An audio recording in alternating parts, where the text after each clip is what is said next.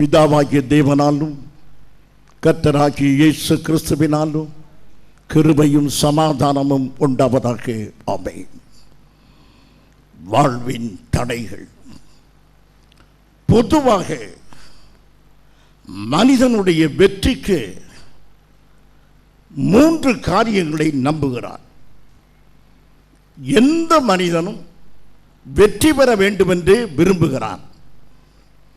அந்த வெற்றிக்காக அவன் சாதாரணமாக நம்புகிற 3 காரியங்கள் எவை என்றால், அறிவு. தன்னுடைய அறிவை நம்புகிறான்.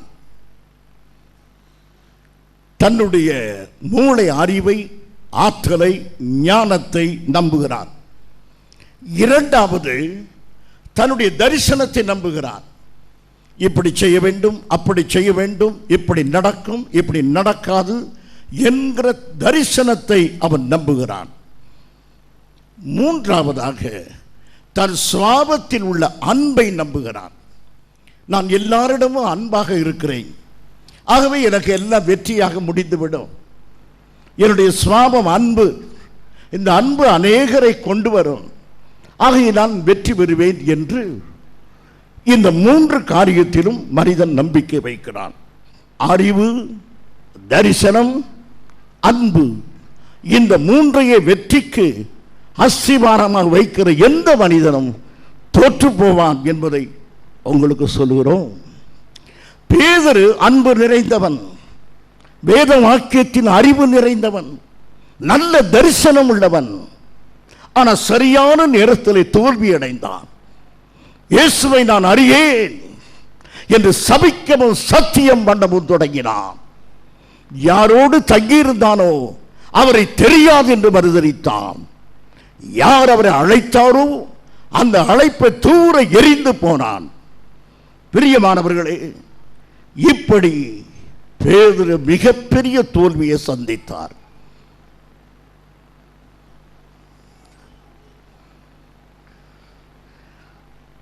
என் அருமையான சகோதரனே, சகோதரியே, ஆவிக்குரிய ஜீவிதத்திலே அநேகர் தோல்வி அடைந்திருக்கிறார்கள்.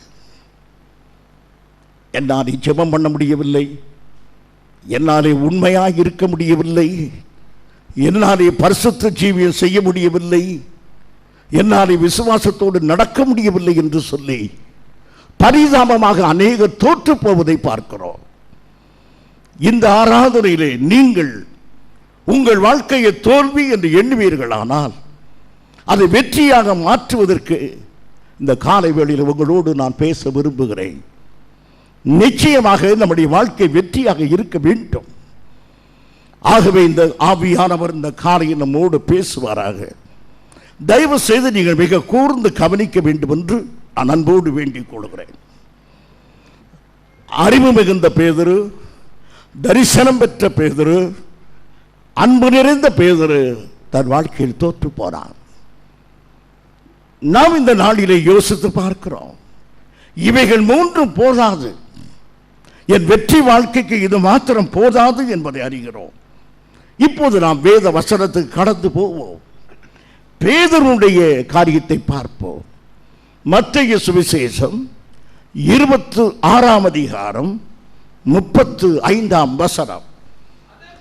அதற்கு பேதுரு, நான் உம்மோடே மரிக்க வேண்டியதாய் இருந்தாலும் உம்மை மறுதலிக்க மாட்டேன் என்றான். சீஷர்கள் எல்லாரும் அப்படியே சொன்னார்கள். ஒரு நல்ல தலைவன், ஒரு பாசிட்டிவ் கன்ஃபெஷன்.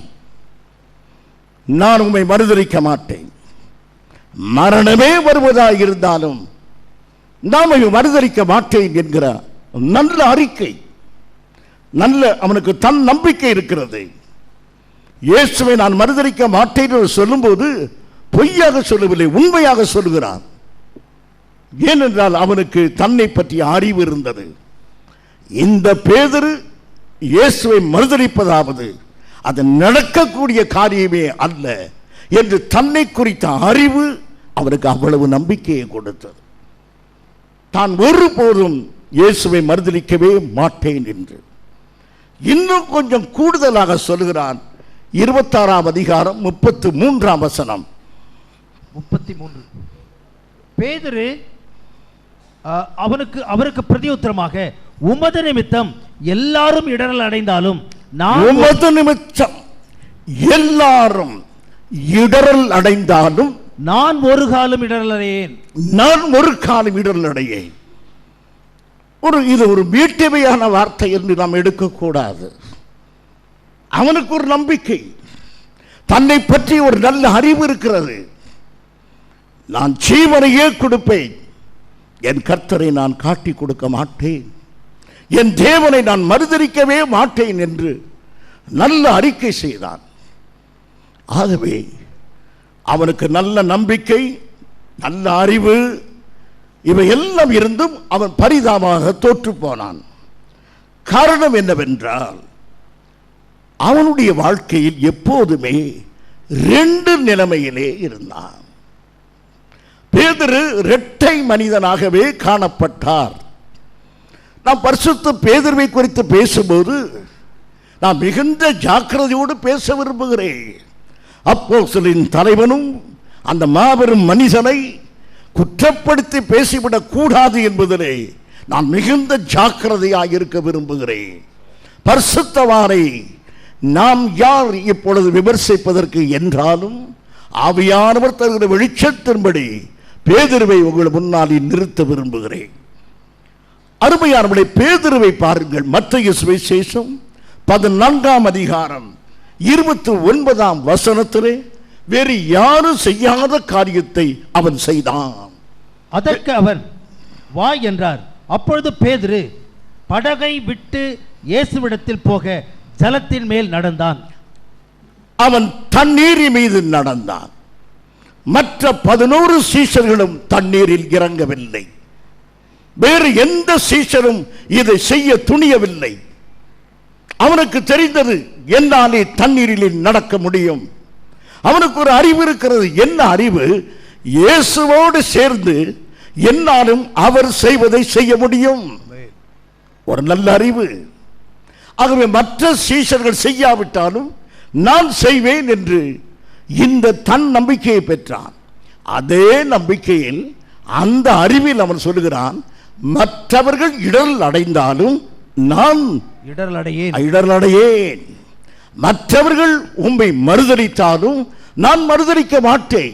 என மற்றவர்கள் தண்ணீரில் நடக்கவில்லை, நான் தண்ணீரில் நடந்தேன். ஆகையினால் இந்த அறிவு, இந்த அனுபவம் அவனை தைரியப்படுத்திற்று. அடுத்த நிமிஷம் என்ன நடக்குது பாருங்கள். 30ஆம் வசனம். காற்று பலமாய் இருந்ததை கண்டு பயந்து அமிழ்ந்து போகையில், ஆண்டவரே என்னை ரட்சியும் என்று கூப்பிட்டான். வெற்றியாக நடந்த தோல்வி எனக்கு இல்லையே, பவனி வருவேன் என்று பாடி சென்ற பேதுரு அடுத்த நிமிடமே ஐயோ மூழ்கி போகிறேனே என்றிருந்தார். ஆம், அவருடைய தன்னம்பிக்கை அவருக்கு கரம் கொடுக்கவில்லை. அவருடைய அறிவு அவருக்கு கரம் கொடுக்கவில்லை. அவர் மூழ்கி போனார் அந்த இடத்துல. ஆரம்பத்தில் இருந்த உற்சாகம் இப்போது குறைந்து போய்விட்டது. அருமையானவர்களே, பேதுருடைய அறிக்கையை பாருங்கள். யோவான் சுவிசேஷம் 13ஆம் அதிகாரம் 6ஆம் வசனம் வாசியுங்கள்.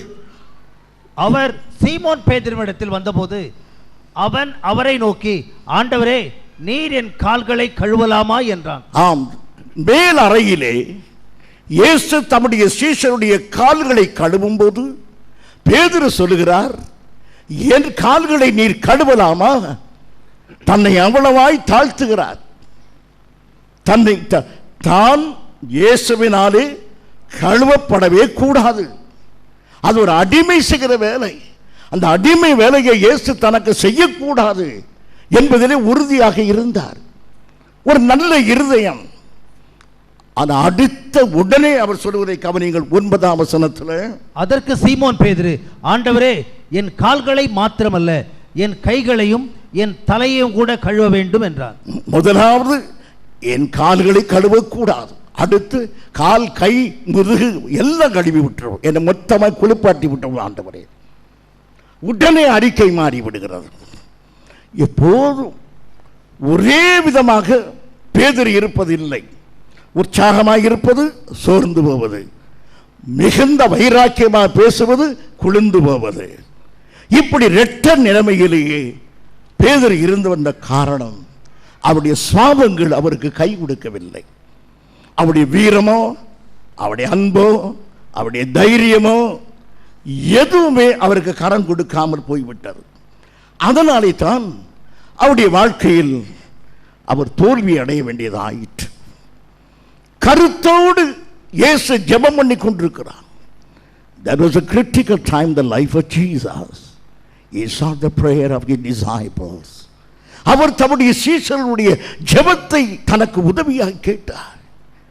He requested a disciple to support him in prayer. ஜெபத்திலே எனக்கு உதவி செய்யும் என்று கேட்டார். The great apostle Peter slept. ஆனால் இந்த பேதுரு உறங்கி விட்டார். ஜெபத்திலே தோல்வி அடைந்து போனார். சாட்சி சொல்ல வேண்டிய நேரத்திலே தோல்வி அடைந்தார்.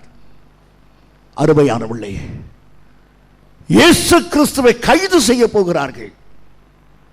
அங்கு மற்ற சீஷர்கள் யார் இருந்தார்களோ, பேதுரு அங்கு நிற்கிறார். இக்கட்டான நேரத்தில் இயேசுவோடு நிற்கிறார். பட்டயத்தை எடுத்து மல்கூசின் காதை வெட்டினார். வீரமுள்ள செயலாய் தெரிந்தது. அடுத்த நிமிடம் அந்த தோட்டத்தை விட்டு வெகு தூரம் ஓடி போய்விட்டார். இதுதான் பேதுரு, நம்முடைய பெரிய பாஸ்டர், நம்முடைய முன்னோடி, the great apostle Peter. இப்படிப்பட்ட இரட்டை சுவாபம் உடையவர்களாக இருந்தார். நம்முடைய வாழ்க்கையிலும் அப்படித்தான் இருக்கிறது. நாம் கிறிஸ்துவுக்காக ஒன்றை தீர்மானம் செய்வோம், வேறொன்றை நடப்பிப்போம். ஆவிக்குரிய உற்சாகத்தை எடுத்து மாம்சத்தில் முடித்து விடுவோம். இப்படி இரட்டை சுவாபம் உடையவர்களாக நாம் இருக்கிறோம். பிரியமானவர்களே, நம்மில் ஒருவரும் தோல்வி அடைவதற்கு திட்டம் போடுகிறது இல்லை. திருமணம் நடக்கிறது, வாழ்விலும் தாழ்விலும் சுகத்திலும் சுகவீனத்திலும் என்று சொல்லி திருமணத்தை நடத்தும் போது அந்த பெண்ணோ ஆணோ இந்த திருமணம் தோல்வி அடைய வேண்டும் என்று கனவிலும் எண்ணுகிறது இல்லை. ஆனால் திருமணங்கள் தோல்வி அடைந்து விடுகிறது. வியாபாரத்தை துவக்கும் போது வெற்றி பெற வேண்டும் என்று தான் துவக்குகிறான், தோல்வி அடைந்து விடுகிறது. பரீட்சை எழுதும் போது வெற்றி பெற வேண்டும் என்று தான், ஆனால் தோல்வி ஆகிவிடுகிறது. ஏன் இப்படி உலக பிரகாரமான தோல்விகளும் ஆவிக்கேற்றபடி தோல்விகளும் இருக்கின்றன? உலக பிரகாரமான தோல்விகளை நான் பேச வரவில்லை. ஆவிக்குரிய தோல்விகள், விசுவாசத்தில் நிற்க முடியாதது, பரிசுத்தத்தை காத்துக்கொள்ள முடியாதது, நின்று பிடிக்க முடியாத நிர்பந்தமான நிலைமைகள். ஏன் கிறிஸ்தவ வாழ்க்கை என்கிற கேள்விக்கு மாத்திரம் நாம் பதில் சொல்ல இன்றைக்கு நான் விரும்புகிறேன். தோல்விக்கான 3 காரணங்கள். அவை என்ன? 1, அறிவு. அந்த அறிவை குறித்து முதலாவது உங்களுக்கு சொல்ல விரும்புகிறேன். There is much craving for education today. இன்றைக்கு கல்வி கல்வி கல்வி என்று கல்வி ஒரு பைத்தியமாகவே போய்விட்டது. பத்திரிகையில் எழுதுகிறார்கள், a school child does not carry a bag but a baggage.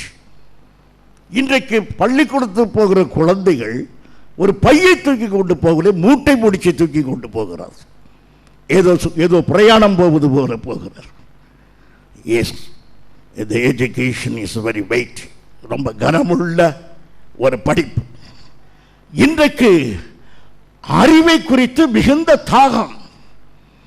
என் பிள்ளைகள் கம்ப்யூட்டரை அறிந்திருப்பதை போல வேறு சந்தோஷமே எனக்கு இல்லை என்ற அளவுக்கு எல்லா பிள்ளைகளும் அறிவு ரீதியாக விஞ்ஞான ரீதியாக எல்லாவற்றையும் அறிந்திருப்பதிலே பெற்றோர்கள் மிகுந்த மகிழ்ச்சி அடைகிறார்கள். நல்லது.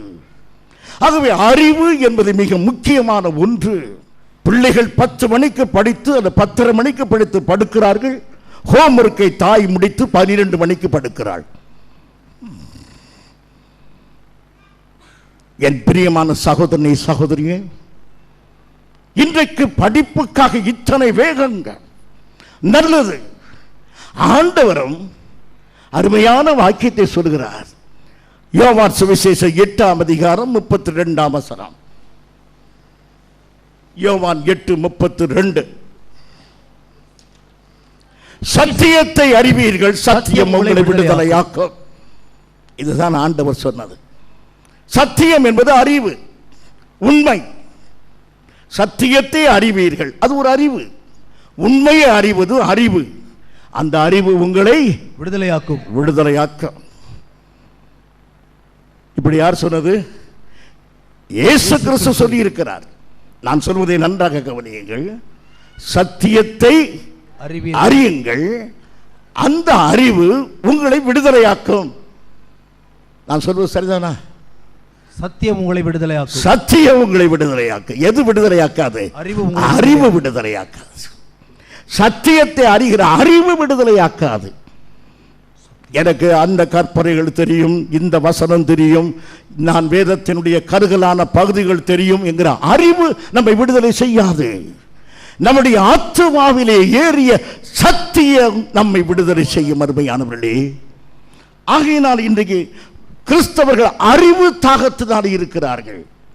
ஆராதனைக்கு வந்து பிரசங்கத்திலே தங்கள் அறிவை நிரப்பிக் கொள்கிறார்கள், வேத அறிவினாலே நிரப்பிக் கொள்கிறார்கள். போதகரும் கஷ்டப்பட்டு ஜனங்களுக்கு வேதத்தை கற்றுக் கொடுக்கிறார். என் அருமையான சகோதரி சகோதரியா, இந்த அறிவு மனிதனுக்கு விடுதலையை தராது. சத்தியம்தான் விடுதலை தரும். சத்தியத்தை பற்றி தான் இன்றைக்கு பிரசங்கள் நடக்கிறதே தவிர ஜனங்கள் எதை அறிந்து கொள்கிறது இல்லை? சத்தியத்தை அறிந்து கொள்கிறது இல்லை. சத்தியம் உங்களை விடுதலையாக்கும். பிரியமானவர்களே, பரிசுத்தத்தை பற்றிய அறிவு நமக்கு பரிசுத்தத்தை தராது. பரிசுத்தத்தோடு இருக்கிற உறவுதான் நம்மை பரிசுத்தத்துக்கு கொண்டு போகும்.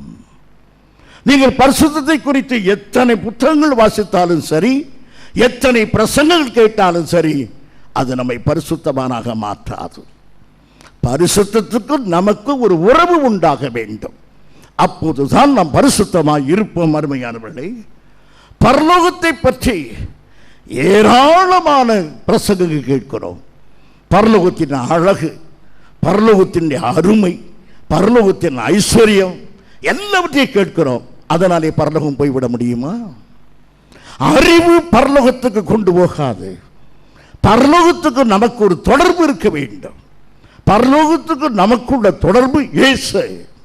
இயேசுவோடு இருக்கிற தொடர்பு தான் பரலோக ராஜ்யத்துக்கு கொண்டு போகுமே தவிர பரலோகத்தை குறித்த அறிவு, சத்தியத்தை குறித்த அறிவு, பரிசுத்தத்தை குறித்த அறிவு, விசுவாசத்தை குறித்த அறிவு நமக்கு பிரயோஜனப்படாது. ஆகையினால் அருமையானவர்களே, இந்த நாளில் கிறிஸ்துவ அறிவை குறித்து நாம் சரியாக எண்ண வேண்டும். பரிசுத்த பவுல் இப்படி எழுதுகிறார். பிலிப்பியர் 3:8. பிலிப்பியர் 3:8. அது மாத்திரமல்ல, என் கர்த்தராகிய கிறிஸ்து இயேசுவை அறிகிற அறிவின் மேன்மைக்காக எல்லாவற்றையும் நஷ்டம் என்று எண்ணிக்கொண்டிருக்கிறேன். நான் இந்த வசனத்தை திரும்ப சொல்கிறேன். நான் சரியாக சொல்கிறேனா என்று பாருங்கள். மனன வசனம் உங்களுக்கு சொல்லுகிறேன். நான் சரியாக சொல்கிறேனா என்று நீங்கள் என்னை செக் பண்ணுங்கள். கிறிஸ்துவை பற்றி அறிகிற அறிவின் மேன்மைக்காக எல்லாவற்றையும் நஷ்டம் என்று எண்ணுகிறேன். பற்றியே கிடையாதுங்க. சரியாக சொல்லியிருக்கிறேனா? இல்லை. கிறிஸ்துவை பற்றி அறிகிற அறிவல்ல, கிறிஸ்துவை அறிகிற அறிவு. கிறிஸ்துவை அறிகிற அறிவு வேறு, கிறிஸ்துவை பற்றி அறிகிற அறிவு. இயேசுவை பற்றிய அறிவு நமக்கு பிரயோஜனப்படாது. இயேசுவை அறிகிற அறிவு தான் நமக்கு பிரயோஜனமாக இருக்கும். அதனாலே பரிசுத்த பவுல் சொல்லுகிறார், கிறிஸ்துவை அறிகிற அறிவின் மேன்மை, அது மேன்மையானது. சரித்திர புத்தகத்தில் இயேசு பெத்லகேமிலே பிறந்தார், நாசரேத்திலே வளர்ந்தார், எருசலேமிலே பிரசங்கித்தார், கொல்கதா மலையிலே மரித்தார் என்று சொல்வது அறிவு. இந்த அறிவல்ல, இதில் உள்ள சத்தியத்தை அறிந்து கொள்வதுதான் இயேசுவை அறிகிற அறிவு. ஆகையினால் அருமையானவர்களே, நீங்கள் வசனத்தை மனப்பாடமாய் படித்திருக்கலாம், வேதத்தை கடமைக்காக தினம் வாசிக்கலாம். உங்கள் வாழ்க்கையில் வேத வசனங்களை பயிற்சிக்கிறீர்களா? உங்கள் வாழ்க்கையிலே வேத வசனங்கள் நிறைவேறுகின்றனவா? அதுதான் கிறிஸ்துவை அறிகிற அறிவு. அந்த அறிவு இல்லாதபடி அங்கு வசனம் இப்படி சொல்கிறது, இங்கே இப்படி சொல்கிறது, எங்க போதகர் அப்படி சொன்னார், அந்த டிவியில் இதை கேட்டேன், என்ன பிரயோஜனம்? அருமையானவர்களே, உங்கள் அறிவை வளர்த்துக் கொள்வதனாலே எந்த பிரயோஜனமும் இல்லை. உங்கள் உறவை வளர்த்துக் கொள்ள வேண்டும். அருமையானவர்களே, அறிவு பயன்படாது. அறிவோடு சேர்ந்து உறவு வளர வேண்டும். அப்பொழுதுதான் அது பிரயோஜனமாக இருக்கும். இயேசுவை எல்லாருக்கும் தெரியும். அது இயேசுவோடு எல்லாரும் உறவு வைத்திருக்கிறோமா? இன்று காலையிலே இயேசுவை சந்தித்தீர்களா? என்ன சொல்கிறீர்கள்? இன்று காலையிலே இயேசுவை சந்தித்தீர்களா? ஜெபத்திலே சந்தித்தோம். நான் சந்திக்க வேண்டும் தான் எண்ணினோம், ஆனால் அவர் வரவில்லை. என் பிரியமான சகோதரனே, சகோதரன், ஜெபம் பண்ணாமல் யாரும் வந்திருக்கிறீர்களா? இந்த காலையிலே ஜெபம் பண்ணாமலே இந்த ஆராதனைக்கு வந்தீர்களா? இயேசுவை சந்திக்கவில்லை. இயேசுவுக்கும் உங்களுக்கும் உறவு இல்லை. ஆனால் இயேசுவை பற்றிய அறிவு உங்களுக்கு உண்டு.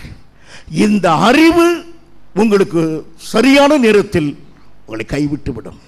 அப்போது நீங்கள் என்ன சொல்கிறீர்கள்? என் தேவனே, என் தேவனே, ஏன் என்னை கைவிட்டீர்? ஆண்டவர் என்ன சொல்லுவார்? உங்களை நான் அறியேன், உங்களை நான் அறியேன். பிரியமானவர்களே, இந்த நாளில் தேவனை அறிகிற அறிவுக்கு வர வேண்டுமே தவிர மூளை அறிவிலே தேவனை அறிந்து கொண்டே காலத்தை போக்கிவிடக் கூடாது. பிரியமானவர்களே, இப்போது நான் வேதத்தில் ஒரு மனிதனை காட்டுகிறேன், அவனுக்கு எப்படி அறிவு இருக்கிறது என்று. ஆதியாகமம் 4ஆம் அதிகாரம் 3ஆம் வசனம். சில நாள் சென்ற பின்பு காயின் நிலத்தின் கனிகளை கர்த்தருக்கு காணிக்கையாக கொண்டு வந்தான். 5ஆம் வசனம். காயினையும் அவன் காணிக்கையும் கர்த்தர் அங்கீகரிக்கவில்லை. அப்பொழுது காயினுக்கு மிகவும் எரிச்சல் உண்டாகி அவன் முகநாடி வேறுபட்டது. காயினுக்குள்ள அறிவை பாருங்கள். இந்த 2 வசனத்தை வைத்து காயினுடைய அறிவை பார்க்கிறோம். ஒரே தேவன் உண்டு என்று காயினுக்கு அறிவு உண்டு. கடவுள் இல்லை என்று சொல்கிற உலகத்தில் காயினை போன்ற ஒருவன் கடவுள் உண்டு என்று நம்புகிறது பெரிய காரியம். அந்த முதல் மனிதன், உலகத்தில் பிறந்த முதல் மனிதன், ஆதாம் தான் முதல் மனிதன், உலகத்தில் பிறந்த முதல் மனிதன் கடவுள் உண்டு என்ற அறிவிலே இருந்தான். இரண்டாவதாக காணிக்கை கொடுக்க வேண்டும் என்ற ஒரு அறிவு அவனுக்கு இருந்தது. மூன்றாவதாக கடவுளை தொழ வேண்டும் என்ற அறிவு இருந்தது. நாலாவது, தேவன் தன்னுடைய காணிக்கையை அங்கீகரிக்கவில்லை என்ற அறிவும் அவனுக்கு இருந்தது. இந்த 4 அறிவும் காயினுக்கு இருந்தது. பிரியமானவர்களே, நமக்கு இதில் 3 அறிவுகள் இருக்கின்றன. கடவுள் ஒருவர் உண்டு என்பதை அறிந்துதான் வந்திருக்கிறோம். அவரை தொழுது கொள்ள வேண்டும் என்று தான் தொழுது கொள்கிறோம். அவருக்கு காணிக்கை கொடுக்க வேண்டும் என்று தான் கொடுத்திருக்கிறோம். ஆனால் நீங்களும் நானும் அங்கீகரிக்கப்படாமல் இருக்கலாம் என்பது நமக்கு தெரியுமா? நான் கொடுத்த காணிக்கை அங்கீகரிக்கப்படாமல் இருக்கிறது. சபையினுடைய வரவு செலவிலே அது சேர்ந்து விட்டது, பரலோகத்தின் கணக்கிலே அது சேரவில்லை என்ற ஒரு நிலைமை காயினுக்கு தெரிந்தது.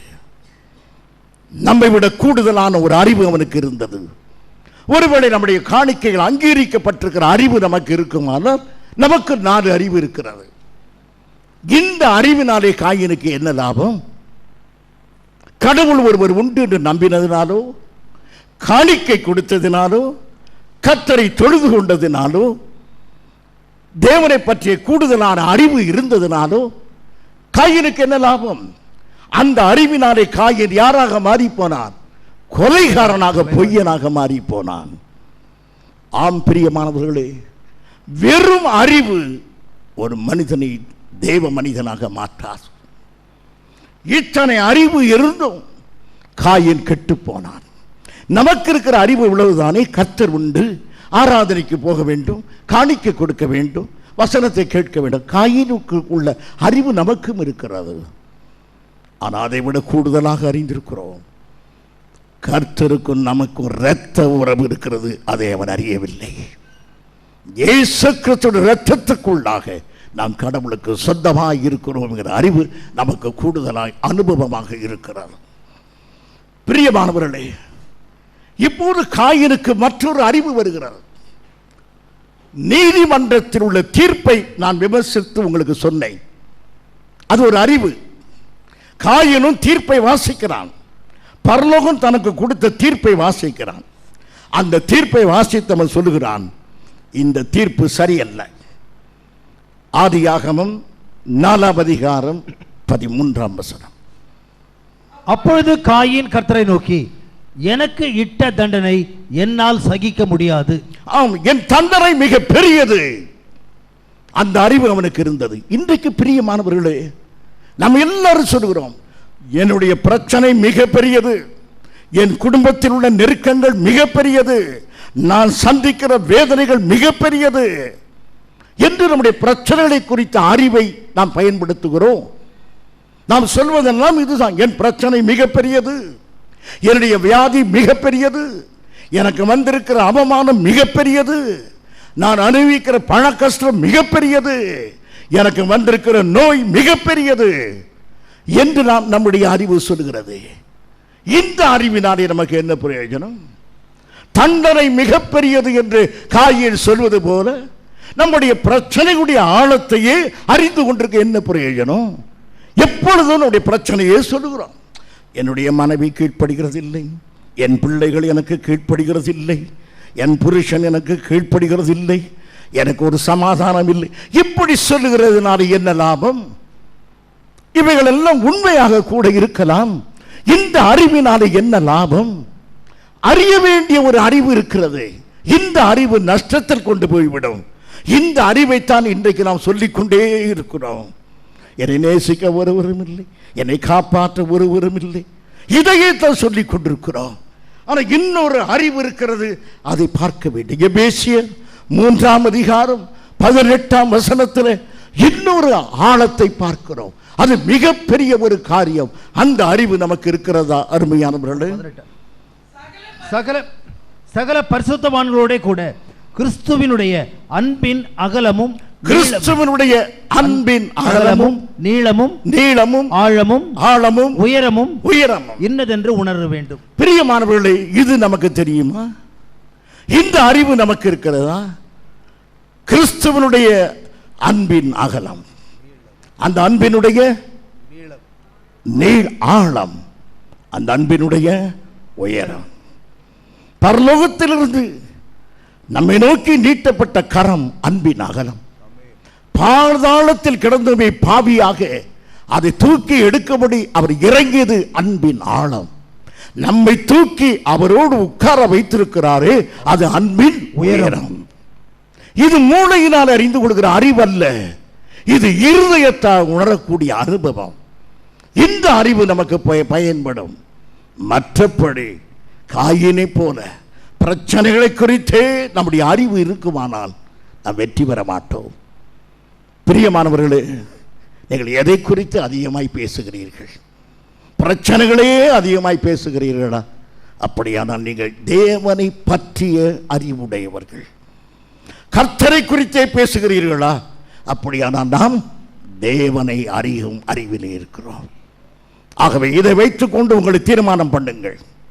உங்கள் வாய் திறந்து 1 மணி நேரம் நீங்கள் பேசுவதாக இருந்தால், மற்றவர்களை குறித்து குறையே 45 நிமிடம் பேசுவதாக இருந்தால், நாம் உலகத்தின் அறிவினாலே நிறைந்திருக்கிறோம். தேவனுடைய வல்லமையும் அவருடைய மகத்துவத்தையும் குறித்து நாம் பேசுவோமானால் தேவனை அறிகிற அறிவினாலே நிறைந்திருக்கிறோம். ஹல்லேலூயா. ஆகவே பேதுருவனுடைய அறிவு அவனுக்கு உதவி செய்யவில்லை. காரணம், அவன் ஆலயத்துக்கு வருவான், வசனத்தை கேட்பான், காணிக்கை கொடுப்பான், கர்த்தரை போற்றுவான், கர்த்தரோடு நடப்பான், ஊழியம் செய்வான். எல்லாவற்றையும் செய்தும் கர்த்தருக்கு அவருக்கு நெருங்கிய உறவில்லாமலேயே இருந்திருக்கிறது ஆரம்ப நாட்களிலே. பிரியமானவர்களே, மத்தேயு சுவிசேஷம் 26ஆம் அதிகாரம் 33, 34 வசனங்கள்.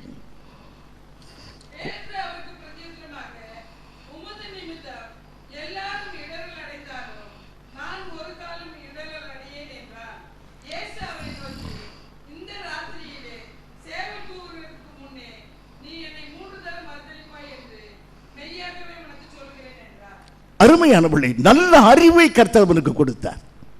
ஒரு காரியத்தை அறிவித்தார், நீ இன்று ராத்திரி என்னை 3 தரம் மறுதலிப்பாய். இந்த அறிவை அவன் பெற்றான். இதை சொன்னது இயேசு. அது நிச்சயமாய் நடக்கும் என்று அவனுக்கு தெரியும். இந்த அறிவை பெற்றிருந்தும் அவன் தப்பவில்லையே. இன்றைக்கு எத்தனையோ காரியம் நமக்கு தெரியும். நரகம் பற்றி எரிகிற இடம், பாவம் நம்மை சும்மா விடாது, நியாய தீர்ப்பு நம்மை சந்தித்துக் கொண்டிருக்கிறது, நம்முடைய ஒவ்வொரு வார்த்தைக்கும் கணக்கு கொடுக்க வேண்டும் என்பதெல்லாம் நாம் வேதத்தில் பெற்றுக்கொண்ட அறிவு. அந்த அறிவினாலே என்ன லாபம்? அந்த அறிவினாலே பரிசுத்தமாய் நடந்தோமா? பரலோகத்துக்கு பாத்திரமானங்களாய் மாறிவிட்டோமா? உத்தமனாய் நடந்து கொண்டிருக்கிறோமா? எவ்வளவோ அறிவு இருக்கிறது வேதத்தை பற்றி. அறிவு உதவி செய்யாது. வசனத்துக்கு நம்மை அர்ப்பணிக்க வேண்டும். வசனத்துக்கு நமக்கும் ஒரு தொடர்பு இருக்க வேண்டும் அருமையானவர்களே. அதாவது அறிவு அனுபவமாக மாற வேண்டும். அனுபவம் இல்லாத அறிவு பிரயோஜனப்படாது. அடுத்ததாக நாம் பார்க்கிறோம் அருமையானவர்களே, கொஞ்சம் வேகமாக நான் போய்விடுகிறேன். மத்தேயு சுவிசேஷம் 16:18.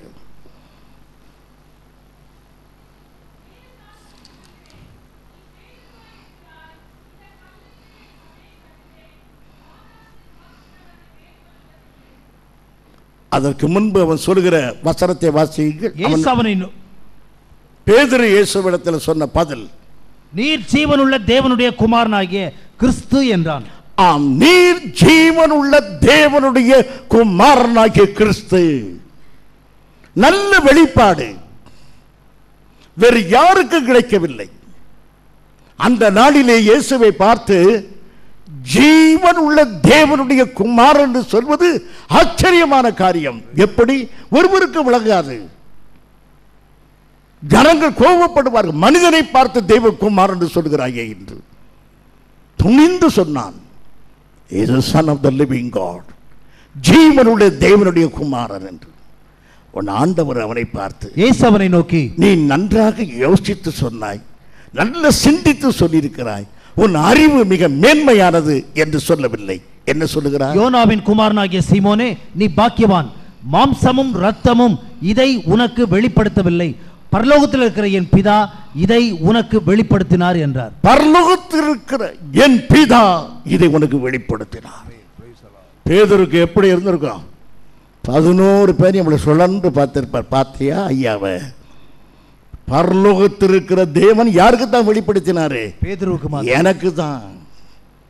நீங்க முழிச்சுக்கிட்டே இருங்க, இயேசு யாருன்னே உங்களுக்கு தெரியல, எனக்கு தான் தெரியும். அவர் யாரு? ஜீவனுள்ள தேவனுடைய குமாரன். கூடவே இருந்த என்ன பிரயோஜனம்? உங்களுக்கு ஒண்ணுமே தெரியலையே. இன்றைக்கு நம்மள அநேக பெருமை. வெளிப்படுத்தல் உனக்கு தெரியுமா? அந்த வசனம் தெரியுமா? இந்த வசனம் தெரியுமா? நம்ம எவ்வளவோ பெருமை கொள்கிறோம். பிரியமானவர்களே, பேதுருவுக்கு நல்ல வெளிப்பாடு. அப்படியே தலை அப்படியே ஐஸ்வர்யமா இருக்கு. ஆண்டவர் சொன்ன உடனே ரொம்ப சந்தோஷம். ஒரு பார்வை. நம்ம கெட்டிக்காரனா இருப்பதை விட மற்றவங்களை முட்டாளம் சொல்லிட்டா நமக்கு ரொம்ப சந்தோஷம். அதுபோல அந்த கூட்டத்தில் தன்னை மெச்சி பேசுற உடனே ரொம்ப சந்தோஷம். அப்போ யோசித்தாரு, இனி வாயை திறந்தா எப்போது என்னை மெச்சுக்கிட்டே தான் இருப்பார். இன்றையிலிருந்து நான் பேசிக்கிட்டே தான் இருப்பேன். ஏன்னா வாய் திறந்தாலே வெளிப்பாடு வருது. நான் வாயை திறந்தா பிதா எனக்கு வெளிப்படுத்துறதை சொல்லிட்டேன், அடுத்ததாக நான் பேச போறேன், வெளிப்பாடு வந்ததுன்னு இன்னும் பாராட்ட போறாரு சொல்லி இயேசு சொல்கிறார், நான் சிலுவைக்கு போவேன் என்றார். உடனே இவன் அவரை கூப்பிட்டு பாருங்கள், 16ஆம் அதிகாரம் 22ஆம் வசனம். அப்பொழுது பேதுரு அவரை தனியே அழைத்து கொண்டு போய், ஆண்டவரே, இது உமக்கு நேரிடக்கூடாதே, இது உமக்கு சம்பவிப்பதில்லை என்று அவரை கடிந்து கொள்ள தொடங்கினார். உடனே இயேசு அவனை பார்த்து, பிதாவாகிய தேவன் உனக்கு வெளிப்படுத்தின அன்பின் வார்த்தைகள் மகனே என்று சொல்லவில்லை. எனக்கு பின்னாக போ சாத்தானே. இதுதான் கிடைச்சது. எனக்கு பின்னாலே போ சாத்தானே. மற்ற 11 பேரும் கிடைச்சதா? எங்களை பார்த்து இது யார் கொடுத்த தரிசனம்? பிதா கொடுத்ததா?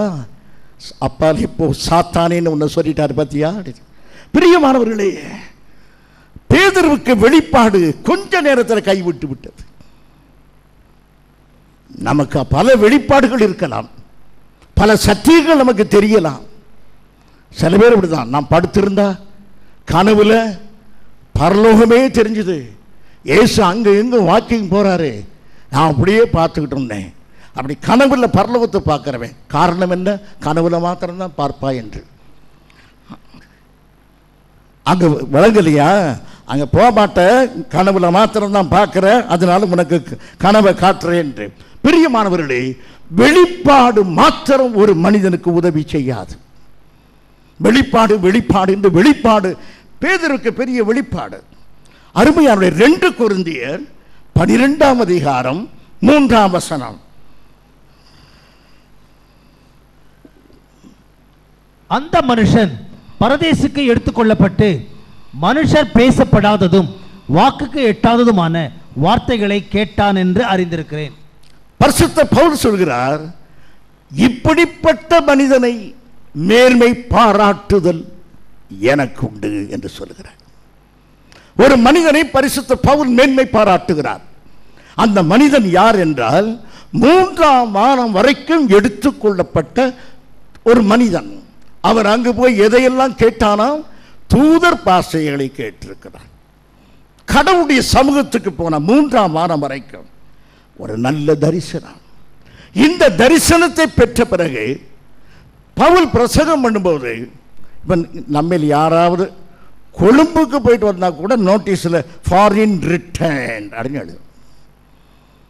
ஒரு கடலை தாண்டி போயிட்டு வந்தா போதும், உடனே வெளிநாடு சென்று வந்த தேவ தூதர், ஆவியின் வரங்களெல்லாம் நிறைத்த அற்புத மனிதர். உடனே நம்ம ஆட்கள் எடுடா ஓட்டம், அற்புத மனிதர் வந்திருக்காரு அப்படின்னு சொல்லி. பரிசுத்த பவுல் நோட்டீஸ் அடிச்சிருந்தா எப்படி அடிச்சிருக்கணும்? 3ஆம் வாரம் வரைக்கும் 3ஆம் வாரம் வரை சென்று திரும்பிய உத்தமர். அப்படி அடிக்கல, உடனே அவர் குனிந்து போனார். ஏன் தெரியுமா? இது என்னை பெருமைப்படுத்தி விடுமே. இதை குறித்து அவர் நான் போறேன் என்று சொல்லவில்லை. யாரை சொல்லுகிறார்? ஒரு மனுஷனை அறிவேன் என்றார். ஆகவே வெளிப்பாடு உன்னதமான நிலையில் வந்ததும் அவர் அந்த வெளிப்பாட்டை பெருமையாக எடுக்காதபடி, தேவனுக்கு விரோதமாக நான் பெருமை கொள்வதற்கு இந்த வெளிப்பாடு பயன்படக்கூடாது என்று எண்ணினான். கர்த்தரும் அதை அவனுக்கு ஒரு முள்ளாகவே கொடுத்தார். பிரியமானவர்களே, வெளிப்பாடு தேவனுக்கு நமக்கு உறவை அதிகரிக்க வேண்டுமே தவிர, வெளிப்பாடு நம்மை மேன்மைப்படுத்துமானால் நான் விழுந்து போவோம். பேதுருவுக்கு நல்ல வெளிப்பாடு இருந்தது, ஆனாலும் அது கை கொடுக்கவில்லையே. ஜீவனுள்ள தேவனுடைய குமாரன் என்று சொல்லி இருக்கிறார். என்னை யார் என்று நீங்கள் சொல்லுகிறீர்கள்? உம்மை எரேமியா என்றும் எலியா என்றும் சொல்லுகிறார்கள். ஆண்டவர் விடல, நீங்கள் என்ன சொல்லுகிறீர்கள்? உடனே பேதுரு சொல்லுகிறார், நீர் ஜீவனுள்ள தேவனுடைய குமாரன். கொஞ்ச நாளிலே அவர் யார் என்று எனக்கு தெரியாது என்று சபிக்கவும் சத்தியம் பண்ணவும் தொடங்கினார். வெளிப்பாடு நிற்கவில்லையே. ஜீவனுள்ள தேவனுடைய குமாரன் என்ற வெளிப்பாட்டிலே என்ன பிரயோஜனம்? கொஞ்ச நேரத்தில் நெருக்கம் வரும்போது வெளிப்பாடு ஓடி போய்விட்டதே. இப்போது அவரை அறியேன் என்று சபிக்கவும் சத்தியம் பண்ணவும் தொடங்கினார். ஆகவே பிரியமானவர்களே, வெளிப்பாடு வெளிப்பாடு என்று அதிலேயே நீங்கள் ஏமாந்து போய்விடாதீர்கள். கிறிஸ்துவுக்கு உங்களுக்குள்ள உறவிலே வளருங்கள். அறிவிலே தங்கி விடாதீர்கள், உறவிலே தங்குங்கள். வெளிப்பாட்டிலே தங்கி விடாதீர்கள். வெளிப்பாட்டை தந்தவரோடு நீங்கள் உறவு வைத்துக் கொள்ளுங்கள். உலகத்திலேயே மிகப்பெரிய அறிவாளி யார் சொல்லுங்கள்? உலகத்திலேயே மிகப்பெரிய அறிவாளி யார்? யாரு? தாத்தாவா? யாரு சொன்னீங்க? சாக்ரட்டிஸ். எந்த வசனம் சொல்லுகிறது? எந்த வசனம் சொல்லுகிறது சாக்ரட்டிஸ் என்று? இதற்கு முன்பும் இதற்கு பின்பும் இவனை போல ஞானவான் ஒருவனும் இல்லை. யாரது? சாலமோன். சாலமோன் தான் உலகத்திலேயே மிகப்பெரிய ஞானி. He died as a fool. ஒரு முட்டா மதிகட்டவனை போல சாலமோன் மரித்தான். ஞானத்திலே மிக சிறந்தவன். அந்த ஞானம் அவனுக்கு கை கொடுக்கவில்லை. சூரியனுக்கு கீழே நான் கண்டதாவது எத்தனை காரியங்களை அறிவித்தான். சாலமோனை போல மகத்துவங்களை அறிவித்தவன், தெய்வ வெளிப்பாட்டை அதிகமாக சொன்ன ஒரு மனிதன் யார் உண்டு?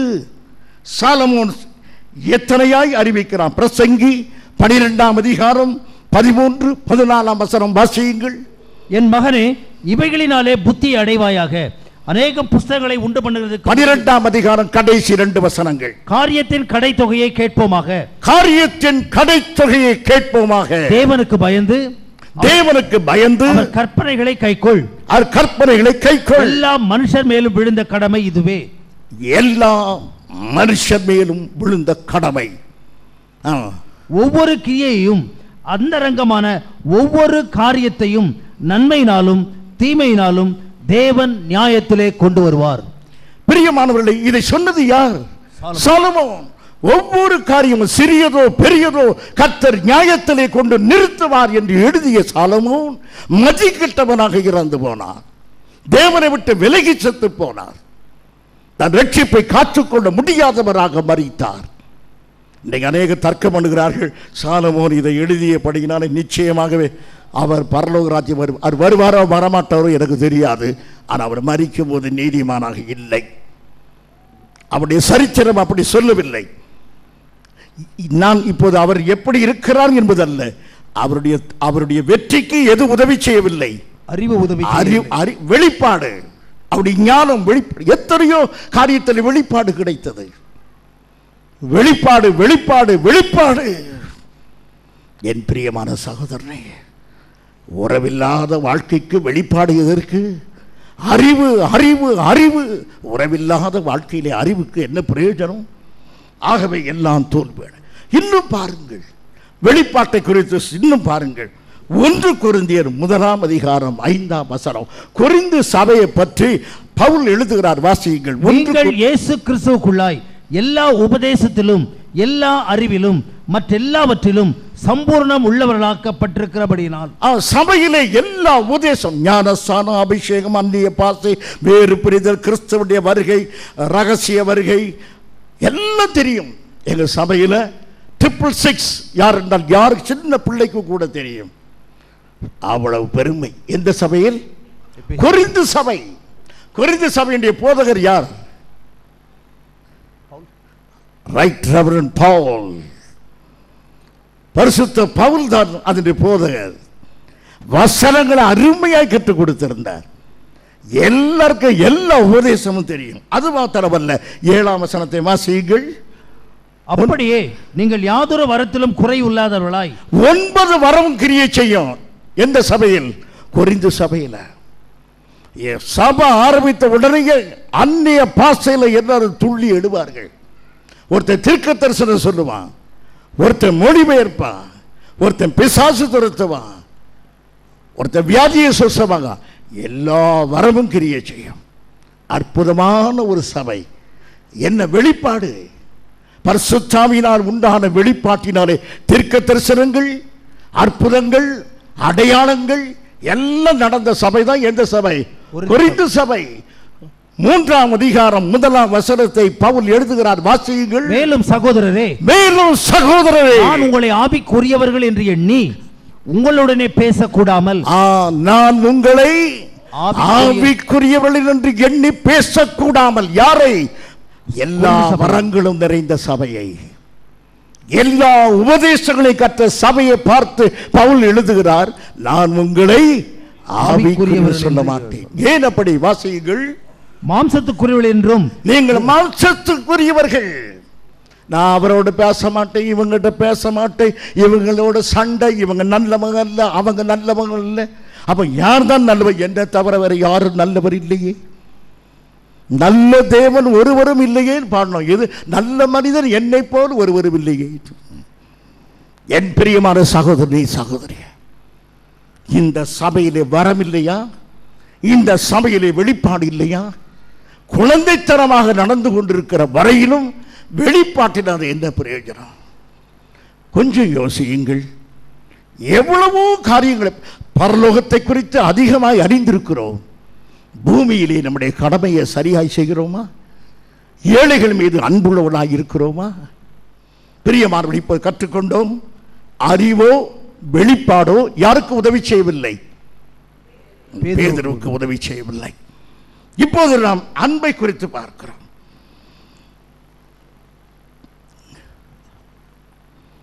அருமையானவர்களே, பேதுருவை மிக குறைவாக எண்ணக்கூடாது. ஏனென்றால் எப்போது இயேசுவை நேசிக்கிறவர், இயேசுவுக்கு ஒரு ஆபத்து வரும்போது பக்கத்தில் இருக்கிறார்.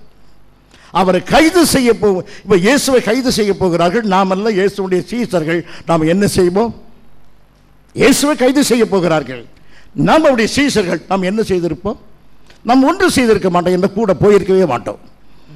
அந்த இடத்திலே நாம் இருந்திருக்க மாட்டோம். ஆனால் பேதுரு கூட இருந்து எதை எடுத்தார்?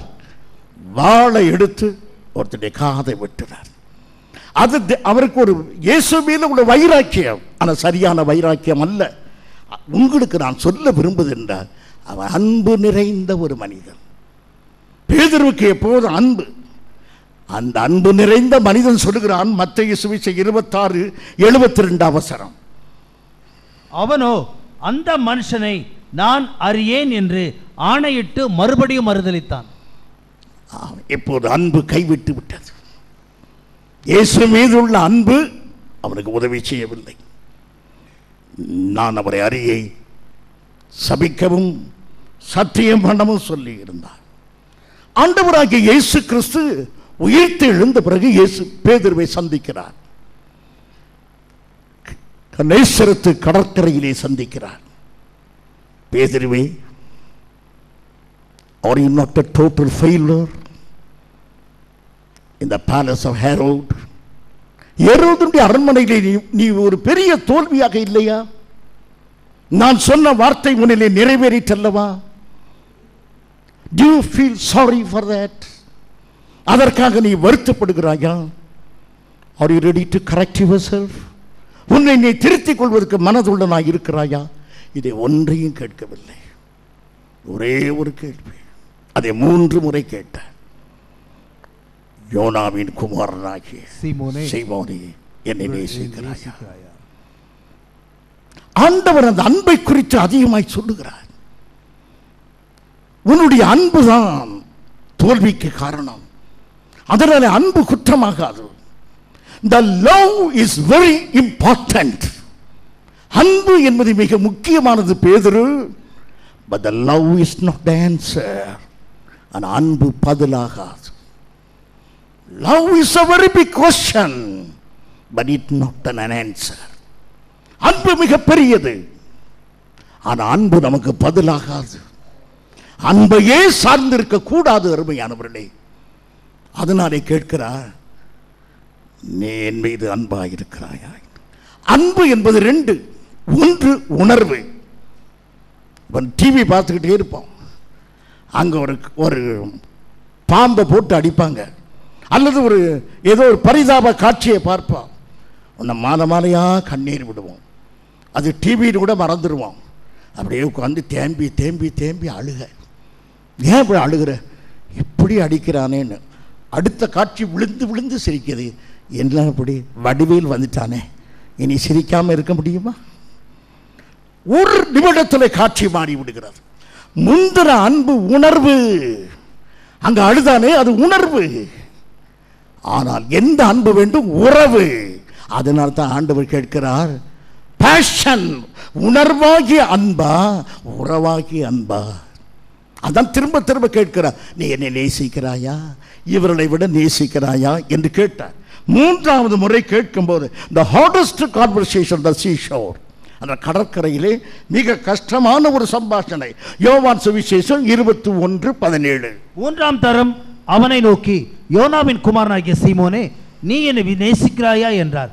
நீ என்னை நேசிக்கிறாயா என்று கேட்டார். என்ன கேட்கிறார்? என்னை உறவுக்குள் நேசிக்கிறாயா? உன் அன்பு ஒரு உணர்வா? உன் அன்பு உறவா? உறவில்லாத அன்பு மிகப்பெரிய குற்றம். பிரியமானவர்களே, மனைவி நல்ல உறவுடையவள், அதை யார்ட்டையும் விளக்கி சொல்ல வேண்டியதில்லை. மனைவி எனக்கு யார்ட்டையும் சொல்ல முடியுமா, என் ஒய்ஃப் எனக்கு சொந்தம்னு? ஆனால் பேசாமல் வாயிருப்பார். சாப்பாடு வைப்பேன், காஃபி கொண்டு வைப்பேன், இட்லி இருக்கும், எல்லாம் இருக்கும். ஆனால் வாயை திறக்கவே செய்யாது. இவர் கேட்பார், சாம்பார் இருக்கா? சட்னி வச்சிருக்கியா? டேய் சொல்டா, இருக்குன்னு சொல்லு. உறவு இல்லை, ஆனால் அன்பு இருக்குது. எல்லாம் செய்து வச்சாச்சு. அவர் தெரியும் இந்த அம்மாவுக்கு இவ்வளவு சாப்பிடாட்டாலே இப்படி இருக்க, சாப்பிட்டாலும் நல்லா இருக்கட்டுமேன்னு சொல்லி எல்லாம் செய்து வைத்து அன்பாக இருக்கு. ஆனால் எது இல்லை? உறவு இல்லை. ஒரு இட்லி சாப்பிட்டோம்னா அந்த ஆளுக்கு உணர்வு வந்துடும். ஓ பேச மாட்டியா? சார் நான் போகிறேன், பேசுகிற இடத்துல போய் சாப்பிட்றேன், வேண்டாம். பிரியமான உறவில்லாத அன்பு சாதாரண மனிதன் கூட சகித்துக் கொள்கிறது இல்லை. தேவன் சகித்துக் கொள்வாரா? மாம்சீகமான அன்பு. இப்பொழுது கேட்கிறார், பேதுருவே உறவினாலே என்னை நேசிக்கிறாயா? அதுதான் மூணாவது கேள்வி. உறவினாலே நேசி. நம்ம கூட ஒருத்தர் பேசுகிறோம், பிரதர் எப்படி இருக்கீங்க? ஒன்று ஒருத்தர் கேட்க, இது உங்கள் பிரதரா? சா இவர் என்ன பிரதர்? Church brother. ஓஹோ சர்ச்சு பிரதரா? உங்கள் பிரதருங்க? நம்ம பிரதரா? அதான் அந்த பீடி குடிச்சிட்டீங்க, அதான் ஓன் பிரதர்.